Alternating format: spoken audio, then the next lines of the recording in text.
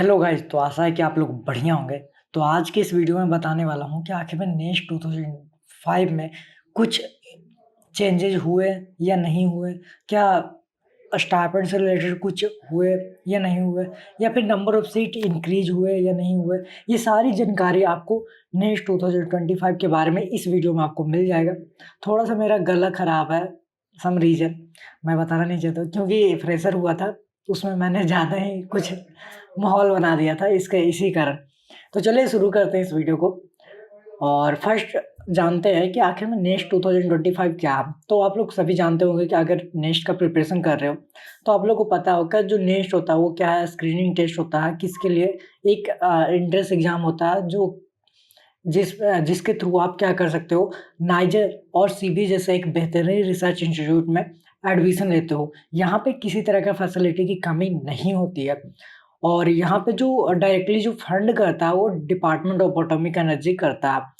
और यहाँ पे जो भी इंस्ट्रूमेंट होते हैं वो सारे ही नए होते हैं, पुराने भी हो सकते हैं ऐसा नहीं, लेकिन अगर ख़राब होते हैं जल्दी रिपेयर हो जाते हैं या फिर नए आते हैं। तो आप देख सकते हो niger one of the famous research institute है। बात करते हैं तो अगर बात करते हैं रिसर्च के एरिया में या फिर किसी साइटेशन के एरिया में, साइटेशन में बहुत सारे ऐसे चीज़ें हैं जो आपको जानना चाहिए रिसर्च के एरिया में।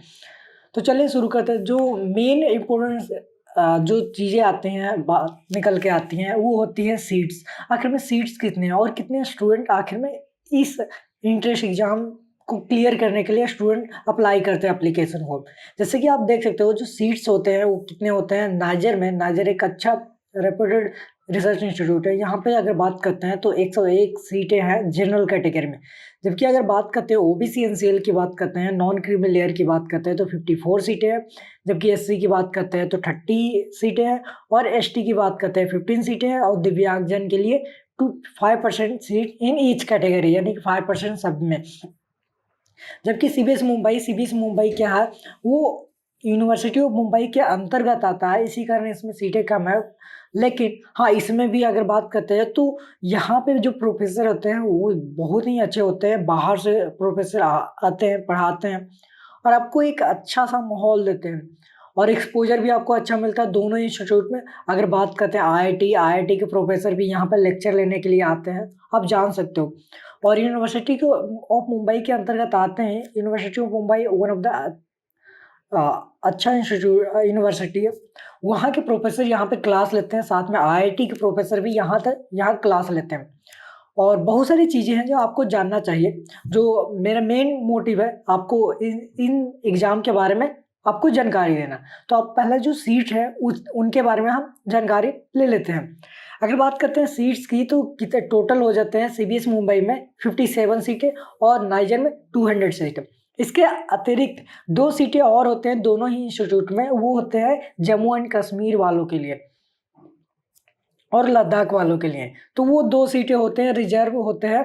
अगर वो JNK से बिलोंग करते हैं तो उनके लिए 2 सीटें रिजर्व होती हैं। अगला सबसे महत्वपूर्ण बात है वो एप्लीकेशन फॉर्म। आखिर में एप्लीकेशन फॉर्म कब आएगा, तो आप सभी को जानकारी के लिए मैं बता देता हूँ। जो एप्लीकेशन फॉर्म है वो आएगा 17 फरवरी को स्टार्ट हो जाएगा। आप 1 या 2 दिन वेट करिएगा ताकि वेबसाइट अच्छे से काम करे, उसके बाद ही आप क्या करिएगा, इस फॉर्म को अप्लाई करिएगा, यानी फिल करिएगा। उसके अगर बात करते हैं क्लोज डेट, यानी कि मार्च अप्रैल 2 महीने तो ऐसे ही मिल रहा है। जो लास्ट डेट है एप्लीकेशन फॉर्म वो मई है। तो आप लोग चिंता मत करिएगा, अगर वेट भी कर सकते हो 10 दिन 1 महीना तो कोई दिक्कत की बड़ी बात नहीं है। लेकिन हाँ, जब आप फॉर्म फिलअप करते हो तो आप अच्छे से फिलअप करिएगा ताकि आप किसी तरह का गलती ना हो सके। अगला है करेक्शन विंडो। अगर गलती भी हो जाता है कोई ना, मतलब कि अगर आप जानबूझ के नहीं किए तो अगर हो जाता है तो करेक्शन विंडो स्टार्ट होता है 10 से 14 मई, यानी कि इन दिनों के बीच में आपको करेक्शन विंडो स्टार्ट होता है। वहाँ पे आपको करेक्ट करना होता है जो भी आपका स्टेटमेंट आपने दिया था, यानी जो भी आपने अगर गलती से कुछ भर दिया था। तो अगला है मॉक टेस्ट। मॉक टेस्ट देना बहुत इंपॉर्टेंट है। दूसरा बात करते हैं तो PYQ सोल्व करना बहुत इंपॉर्टेंट है। इन दोनों को आप कर लेते हो तो एक तरह का चांसेस हो जाता है कि आपको नाइजर या सीबीएसई मुंबई में एडमिशन मिलने की संभावना ज़्यादा बढ़ जाती है। क्यों क्यों मैं ऐसा कहता हूँ कि नेक्स्ट का पीवाईक्यू बहुत इंपॉर्टेंट है। आपको एक तरह से एनालाइज हो जाता है कि किस तरह का नेक्स्ट प्रॉब्लम पूछते हैं, और वो कंसेप्चुअल लेवल का होता है। अगर आप जानते हो तो सही है, अगर नहीं जानते तो कोई ना। तो हाँ, मॉक टेस्ट से आपको एक तरह का आइडिया मिलता है, लेकिन मैं कहूँगा अभी से ही कि आप जितना हो सके पीवाईक्यू सॉल्व करिए, उससे रिलेटेड क्या करिए, प्रॉब्लम सीट डिस्कस करिए या दीजिए। जैसे कि मैंने अपने टेलीग्राम चैनल पे बता रखा है, यानी कि जो नाइजेस्टो चैनल पे जुड़े हुए हैं उन सभी को पता होगा कि मैं किस तरह का प्रॉब्लम वहाँ पे सेंड करता हूँ। साथ में अगर आपको तब भी नहीं पीवाईक्यू सॉल्व हो रहा है तो आप हमारे यूट्यूब चैनल को सब्सक्राइब कर दें। यहाँ पे हमेशा हर वीकेंड एक या दो वीडियो पीवाईक्यू के आते रहते हैं और वो लाइव डिस्कस किए जाते हैं। आपको अगर किसी तरह का डाउट है तो वहाँ पे पूछ सकते हो। तो यहाँ पे डाउनलोड ऑफ एडमिट कार्ड जो मेन डेडलाइन है उसके बारे में बात कर लेते हैं। अगर आपको पीवाईक्यू से डिस्कस करना है, आप कमेंट बॉक्स में कमेंट कर दीजिएगा किसी तरह का प्रॉब्लम है, या फिर टेलीग्राम चैनल नाइजेस्टो को ज्वाइन कर लीजिएगा अगर वहाँ पे आपको किसी तरह का पूछना है तो जो मेन इम्पोर्टेंट थिंग है वो मॉक टेस्ट। इस बार सबसे पहले ही स्टार्ट होने वाला है मॉक टेस्ट, क्योंकि पिछले बार देखा गया था क्या कि एडमिट कार्ड एग्जाम के 1 दिन या 2 दिन पहले ही मॉक टेस्ट ओपन कर दिया गया था, जो कि किसी ने कि बहुत कम स्टूडेंट ने मॉक टेस्ट दिया था। तो इस बार से क्या है, उन्होंने प्लान किया कि मॉक टेस्ट बहुत पहले ही लिया जाएगा ताकि आप सबको एनालाइज हो जाए, ताकि एक तरह से आपको आइडिया हो जाए कि किस तरह का प्रॉब्लम पूछने वाला है नेक्स्ट। अगला बात करते हैं next download of admit card. Admit card आप देख सकते हो 2 दिन बहुत ही पहले ही रिलीज करने वाला है इस बार नेक्स्ट, और ये सब ऑफिशियल वेबसाइट से लिया गया है ये सारा इन्फॉर्मेशन। तो आप किसी तरह का ये नहीं कर सकते हो कि ये रॉन्ग इन्फॉर्मेशन है। अगला डेट ऑफ एग्जामिनेशन, उन्होंने नेक्स्ट ने ऑफिशियली वेबसाइट पे ये अनाउंस किया है कि जो डेट ऑफ एग्जामिनेशन होगा वो 22 जून होने वाला है, यानी कि 22 जून होने वाला है। 22 जून को आपको एग्जाम होगा, उसके बाद रिजल्ट आएगा। यही कोई 10 से 20 दिन लगते हैं रिजल्ट आने में। उसके बाद आपका काउंसलिंग स्टार्ट कर दिया जाएगा। जो मेन क्राइटेरिया होता है एलिजिबिलिटी क्राइटेरिया का, तो ये भी जान लेते हैं कि आखिर में कौन कौन स्टूडेंट जो एलिजिबल होते हैं इस एग्जाम के लिए। तो पहला, जो 12th स्टैंडर्ड एग्जामिनेशन यानी कि 23, 24 और 25 में, जो 25 में अपीयर कर रहे हैं वो इस एग्जाम को देने के लिए एलिजिबल है। अगर कैटेगरी वाइज बात करते हैं एज वाइज, तो will be considering eligible admission to the integrated MSc programme of NISER CBSE 2025। यहाँ पे अगर बात करते हैं तो कोई भी अपर एज लिमिट नहीं है, यहाँ पे नोट के तौर पे मैंने लिख दिया है कि किसी भी तरह का यानी कि अपर एज लिमिट तो है ही नहीं है। अगर आप 23, 24 और 25 में अपने अगर 23, 24 या 25 में 12th एग्जाम दिए हैं और पास कर गए हैं तो आप इस एग्ज़ाम को देने के लिए एलिजिबल होते हैं। और दूसरा इम्पोर्टेंट ये बात है कि एटलीस्ट आपको 60% मार्क तो होना चाहिए 12th एग्जामिनेशन में।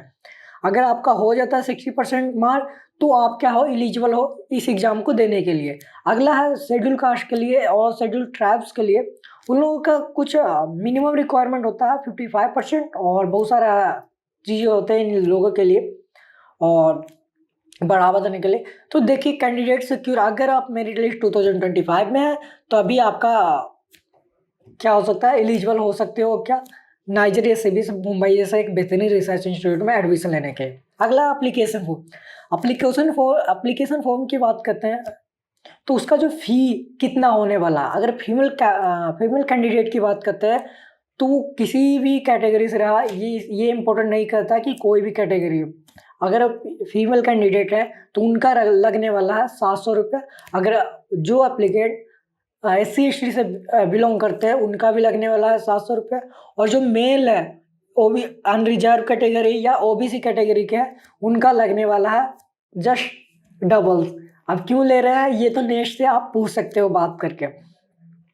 स्टाइपेंड की बात करते हैं, जो मेन इंपॉर्टेंट बात है स्टाइपेंड। क्या स्टाइपेंड मिलता है, सारे स्टूडेंट को मिलता है फर्स्ट ईयर में, हाँ या ना, ये बताना। दूसरा इंटर्नशिप ग्रांट मिलता है सभी को, हाँ या ना? फर्स्ट ईयर में सबको मिलता है। अगर बात करते हैं 60,000 पर एनम की बात करते हैं तो आपको 5,000 रुपये पर मंथ, यानी कि अगला मंथ आने के बाद, यानी कि अगला मंथ 5 से 10 के बीच में आपको स्टाइपेंड दे दिया जाता है। 5,000 रुपये आपके अकाउंट में आ जाता है। अगर दूसरी बात करते हैं इंटर्नशिप ग्रांट की बात करते हैं तो ये आपको मिल जाता है जब आप बिल सबमिट करते हो, देन आपको ये मिल जाता है। जब आप इंटर्नशिप करते हो, बाहर करते हो या फिर अंदर करते हो, इसके भी कुछ रूल्स हैं, रेगुलेशन है, आप वेबसाइट पे पढ़ सकते हो। लेकिन हाँ, फर्स्ट ईयर में सबको मिल जाता है। सेकेंड ईयर ऑनवर्ड आप पढ़ सकते हो वेबसाइट में क्या लिखा गया है। और आज के इस वीडियो में इतना ही। अगर और किसी चीज़ों के बारे में आपको जानकारी चाहिए तो आप टेलीग्राम चैनल को ज़रूर ज्वाइन कर ले और हमारे चैनल को ज़रूर सब्सक्राइब कर ले, ताकि आपको इस तरह का इम्पोर्टेंट इन्फॉर्मेशन मिलता रहे। एक नया स्टूडेंट जो रिसर्च के एरिया में अच्छा परफॉर्मेंस कर रहा है, और इस तरह का अगर इन्फॉर्मेशन चाहिए या फिर किसी और चीज़ों से इन्फॉर्मेशन चाहिए, आईजेर एप्टीट्यूड टेस्ट या फिर CMI यानी चेन्नई मैथमेटिकल इंस्टीट्यूट, ISI, इन सारे इंस्टीट्यूट बहुत ही अच्छे हैं। अगर आप करते हो तो बहुत ही आपको एक अच्छा अपॉर्चुनिटी मिलता है। अगर बात करते हैं IISc यानी IISc बेंगलोर की बात करते हैं तो वो भी one of the top most research institute in India, सबसे पुराना, सबसे बेहतर। तो आप देख सकते हो। तो आज के लिए इतना ही, और आप लोग इस चैनल पर जुड़े रहिएगा, क्योंकि आने वाले टाइम पे आपको PYQ डिस्कस वीडियो मिलता रहेगा लाइव में, और आप वहाँ पे डाउट पूछ सकते हो। किसी PYQ से रिलेटेड डाउट है या फिर किसी तरह का, तो आप इस चैनल को सब्सक्राइब जरूर कर ले। तो आज के लिए इतना ही। सो धन्यवाद।